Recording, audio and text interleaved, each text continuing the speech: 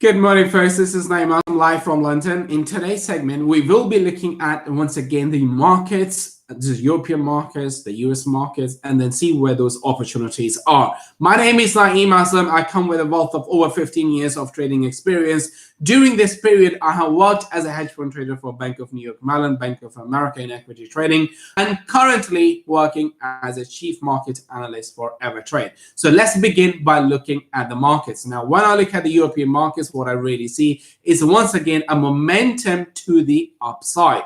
Now, of course, investors and traders are still very much hoping that this blue wave, which is very much associated with Republicans or Joe Biden winning the US election, is fueling this optimism that he will still become the president, the next president of the United States. Currently, Donald Trump is still sitting. He is still very much resisting to the idea, and he is ready to take this matter to the Supreme Court and fight for in relation to the validity of votes. In very simple terms, Trump doesn't believe that, look, the current election has been fair to him, so he wants to take the matter to the Supreme Court, where the judge is very much appointed by him, so the outcome could be very different. But overall, Biden has 264 votes, so he just needs 6 more votes nearly in order to call this election as a victory. But investors and traders are very much looking at this situation not only from the presidential election, but also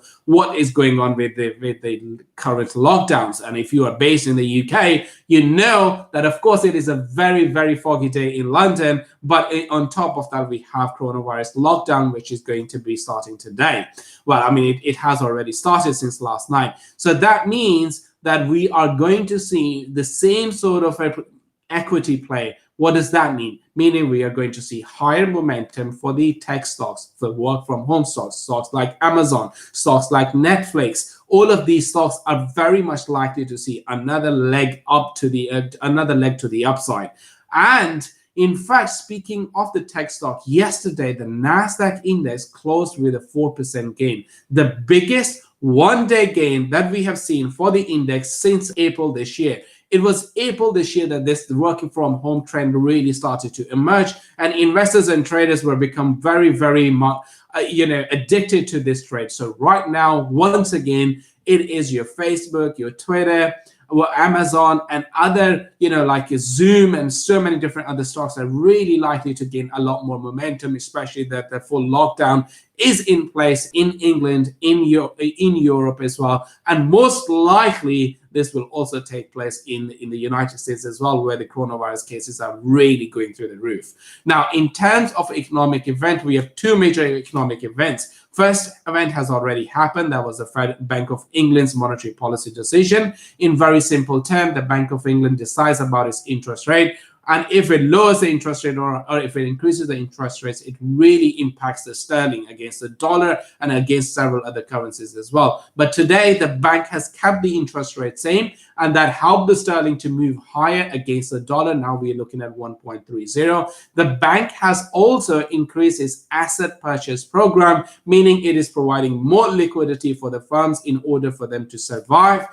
In addition to that, we also have the Chancellor of Exchequer, Sunak, will also be talking about some new policies, more help for the people in order to face this coronavirus situation over in the United Kingdom, especially in England.